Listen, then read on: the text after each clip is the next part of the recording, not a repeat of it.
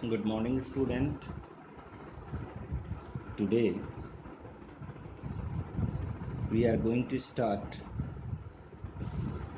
solving question answers of the chapter Limits of the Mind. In this chapter, we had seen there is a social discrimination between high caste and the low caste people, and Eklavya belongs to the low caste and Kuru princes, Kaurav and Pandavas belongs to the higher caste, and Dronacharya was the guru of Kuru princes, and Eklavya taught him a lesson of real courage is to fighting against the wrong limits and respecting the correct ones. This is also the moral of the story, that if you see any wrong is going around you, you should revolt against it. Then only you are a good citizen. अगर आप बुराई होते हुए देख रहे हो और कुछ आप नहीं करते हो, तो आप एक सच्चा नागरिक सिटीजन नहीं हो. So let's see the question answers. A5. Read the given extract and answer the questions that follow. Student, you can see one extract is taken from the story Don't Go Near Them. Is it clear, student? And this line you will find in our story, page number 54, last paragraph, last line. Clear? आपको ये last line last paragraph में मिल जाएंगे. Clear है? जैसे कि आप इसमें देखोगे,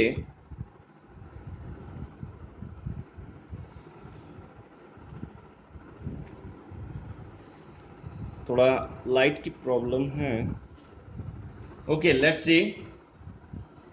पेज नंबर 54 में है बेटा, last line, don't go near them. अब let's start solving it. Who said these words? These क्योंकि बेटा बहुत सारे वर्ड है ना, डोंट गो नियर देम, एक तो सिंगल वर्ड है नहीं, तो हम वहां लिखेंगे एकलव्य फादर. उसी पैराग्राफ में आप देख रहे हैं कि एकलव्य जब whenever Kuru princes came for practicing archery in the forest,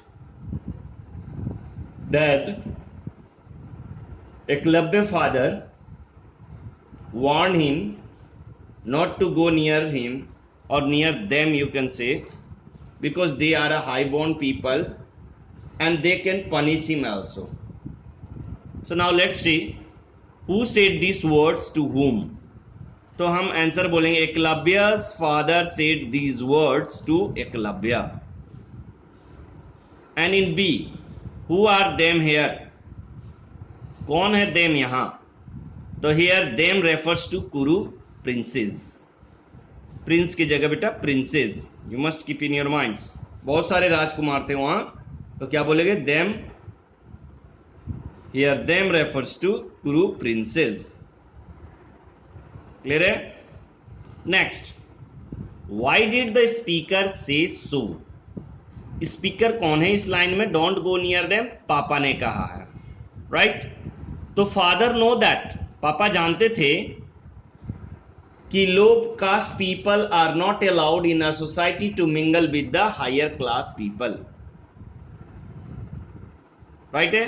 तो वही चीज कह रहा है, the speaker said so because he was familiar with the fact that they belongs to low caste and they were not supposed to mix with high born।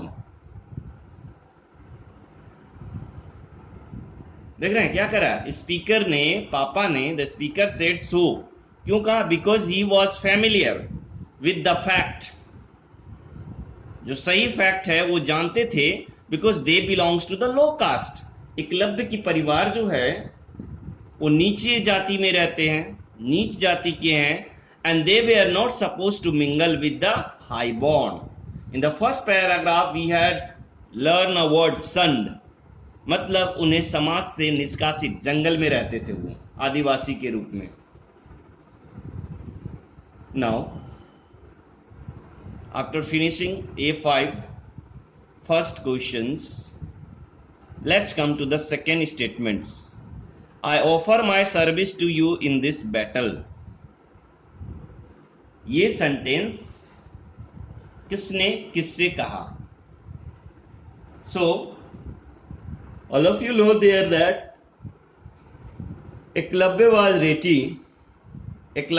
ready to help whom? गुरु द्रोणाचार्य। तो वही चीज कह रहा है, आई, who do I and you refers to। तो all of you know there that कौन किसको help करेगा? तो एकलव्य जो है गुरु द्रोणाचार्य को हेल्प करेगा। तो क्या बोलेंगे? who do I and you refers to। I refers to Eklavya, right, and you refers to Drona. I Eklavya के लिए है और you जो है आपका द्रोणाचार्य के लिए है। Am I right? अब उसी में हम देखेंगे नेक्स्ट क्वेश्चन है। क्लियर हो चुका बेटा? आई जो है एकलव्य के लिए है और यू द्रोणाचार्य के लिए है। विच battle is going on and between whom? All of you know in page number 56 also of our English reader book, the last paragraph, a great battle was going on in Kurukshetra between Kauravas and the Pandavas। तो वही line है बेटे यहाँ पे, विच battle is going on and between whom। तो यहाँ answer होगा अ great battle is going on in Kurukshetra, जिसको महाभारत कहते हैं। यहाँ महाभारत का नाम का इस्तेमाल नहीं है बेटा, बिकॉज महाभारत में एकलव्य नहीं थे, तो यहाँ कुरुक्षेत्र नाम दिया गया है। A great battle is going on in Kurukshetra between the Kauravas and the Pandavas, right है। कौरव में दुर्योधन का एक ग्रुप था और पांडव में यहाँ पे युधिष्ठिर का एक ग्रुप था। ये दोनों के बीच में धर्म और अधर्म की लड़ाई हो रही थी। Now next in C, why is the speaker offering his service? Speaker तो आप सब जानते हैं, स्पीकर कौन है? यहाँ पे ऊपर में ही लाइन मिला, आई रेफर्स टू एकलव्य। तो स्पीकर कौन होगा यहाँ? I offer my service to you in this battle is the Eklavya। The speaker is offering his service because he considered Drona as his guru। क्योंकि उसी के चलते वो अपने दोनों हाथों से, अपने दोनों पांवों से धनुष बाण चलाना सीख गया था। मतलब कि अगर गुरुदेव ने दक्षिणा नहीं मांगा होता, if the Guru Drona had not asked his right thumb, then he in whole life practicing with the right thumb, but Gurudev had asked him about his right thumb as a Guru Dakshina, so he decided that again in a life, if Gurudev meet with me, then again he will ask my another thumb। That's why he learned to shoot with all his four limbs। And not only he also rose a big army, and all of them were trained to shoot with the 4 limbs. And the most important thing is there that all of them were learned to shoot with their middle and index finger instead of using thumbs. Because students, whenever you will use the thumb in archery, then there is little bit chance of diverting your target. That's why whenever you will witness or whenever you will watch in a archery Olympic or wherever archery took place, most of the archerian try to use their middle and index finger instead of the thumb, so that they cannot miss the target. I hope it's clear now. Let's come to the next. अब उसी में आते हैं बेटा worksheet next में 6 number पहले आते हैं. Answer the following question.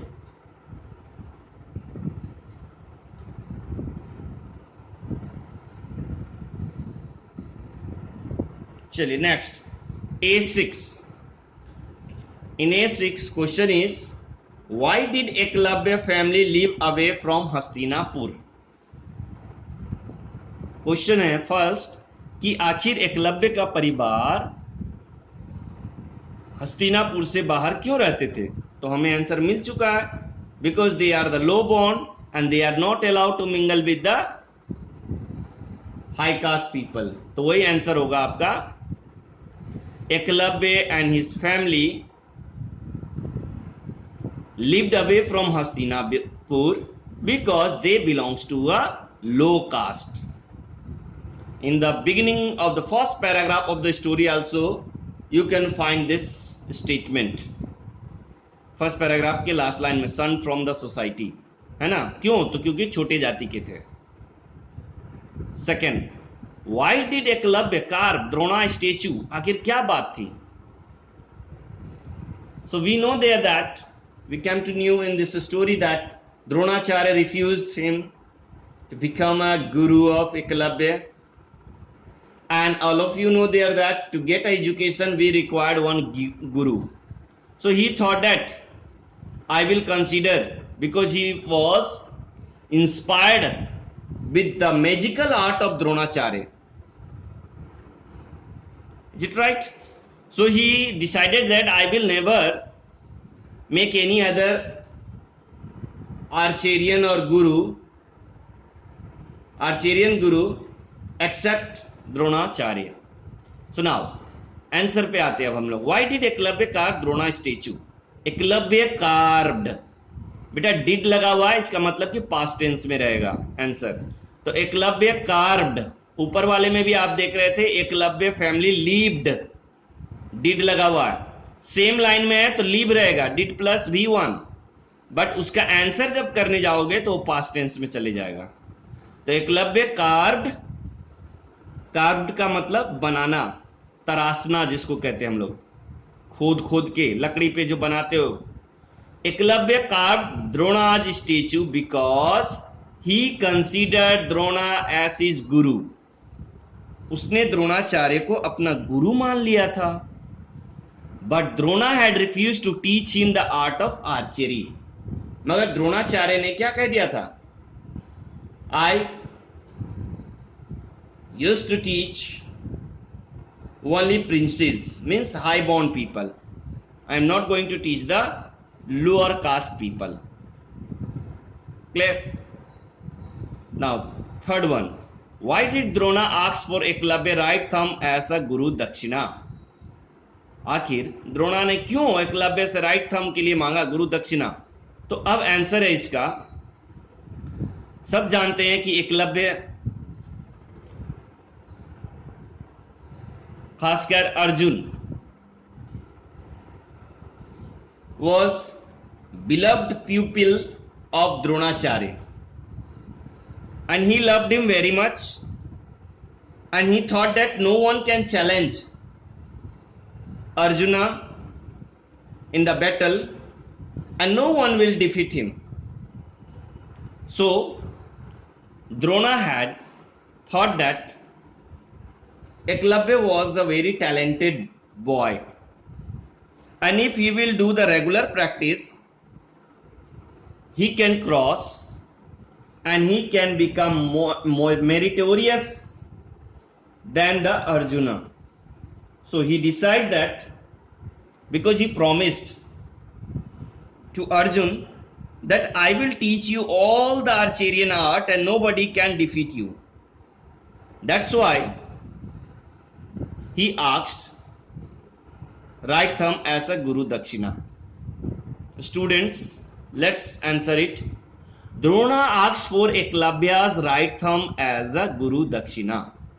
देख लो बेटा, डीडर द्रोणा आस्क क्वेश्चन में, मगर वहां पे हम पास्ट में, क्योंकि अभी द्रोणाचार्य तो है नहीं, रहे नहीं, तो वही पास्ट टेंस में Drona asked for Eklavya's apostrophe Eklavya की राइट थंब एज गुरु दक्षिणा, बिकॉज इन्वर्टेड कॉमा के अंदर में बेटा उसको हाईलाइट किया गया है, गुरु दक्षिणा, गुरु का जी कैपिटल करोगे, एम आई राइट, गुरु दक्षिणा, because he was sure that he would become the best archer of the world. वो दुनिया का सबसे महान आर्चर बनना चाहा, बिकॉज ही वॉज श्योर, जिस तरह की उसकी प्रैक्टिस थी वो भविष्य में दुनिया का सबसे महान धनुर्धर बन जाता, मीन्स ओलंपिक में गोल्ड मेडल ले आता. On the other hand he had promise Arjuna to make him the world's best archer. और दूसरी हाथ में हम लोग देख रहे थे कि उन्होंने किससे, एकलव्य के जगह पे अर्जुन से वादा किया था कि क्या करेंगे, वो एकलव्य से वादा किया कि उसने ग्रेट आर्चेरियन बनाएंगे. क्लियर है? अब हम लोग बेटा एक एक्सरसाइज छूट गया था, उसको पहले हम लोग कर लेते हैं, सफिक्स प्रीफिक्स, उसके बाद वैल्यू बेस्ड क्वेश्चन को करेंगे. Am I clear? So student, let's start suffix. In a previous class I thought you, देख रहे हो बेटा वहां rest, end, self, life, try, sorry tire, help, इसमें हमने लेस जोड़ दिया. सफिक्स का मतलब होता है कि मेन वर्ड्स के बाद में जोड़ना शब्दों को, उसको हम कहते हैं सफिक्स. क्लियर? और मेन वर्ड से पहले अगर जोड़ेंगे तो उसको हम कहेंगे प्रीफिक्स, है ना. जैसे यूजफुल, ब्यूटी में जोड़ा फुल, ब्यूटीफुल. उसी तरह से डिसिप्लिन, इनडिसिप्लिन, तो आई एन पहले जोड़ दिया बेटा, तो वो हो गया आपका प्रीफिक्स. एम आई राइट? चलिए, तो अब हम लोग आते हैं इसमें. Mahatma Gandhi is remembered for his selfless service to the nation. निस्वार्थ, सेल्फलेस का मतलब होता है बेटा निस्वार्थ, बिना स्वार्थ के.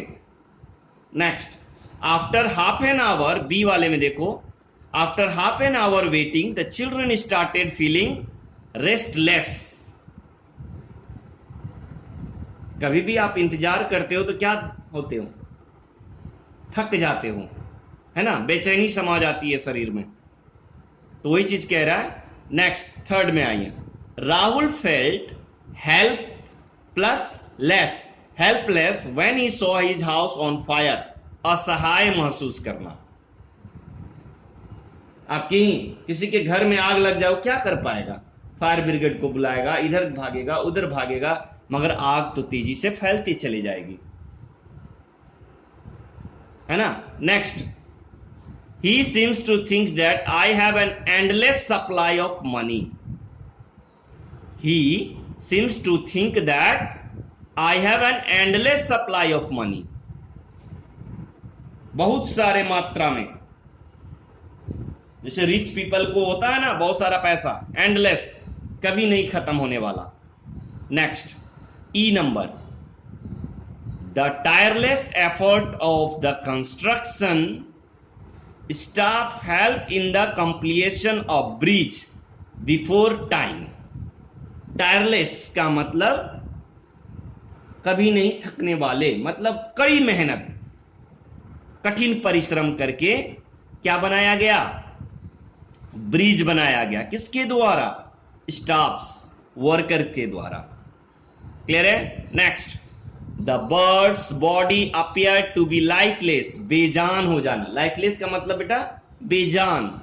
But a little water revived it, मगर थोड़ी सी पानी जरा सा क्या छीट दिए तो उसको क्या आ गया, होश आ गया। एम आई राइट। नेक्स्ट हम देखते हैं, मैच द फॉलोइंग। इसमें हम देखेंगे बेटा पेज नंबर 62 है आपका ये। सो इन द पेज नंबर 62 इसमें हम देख रहे थे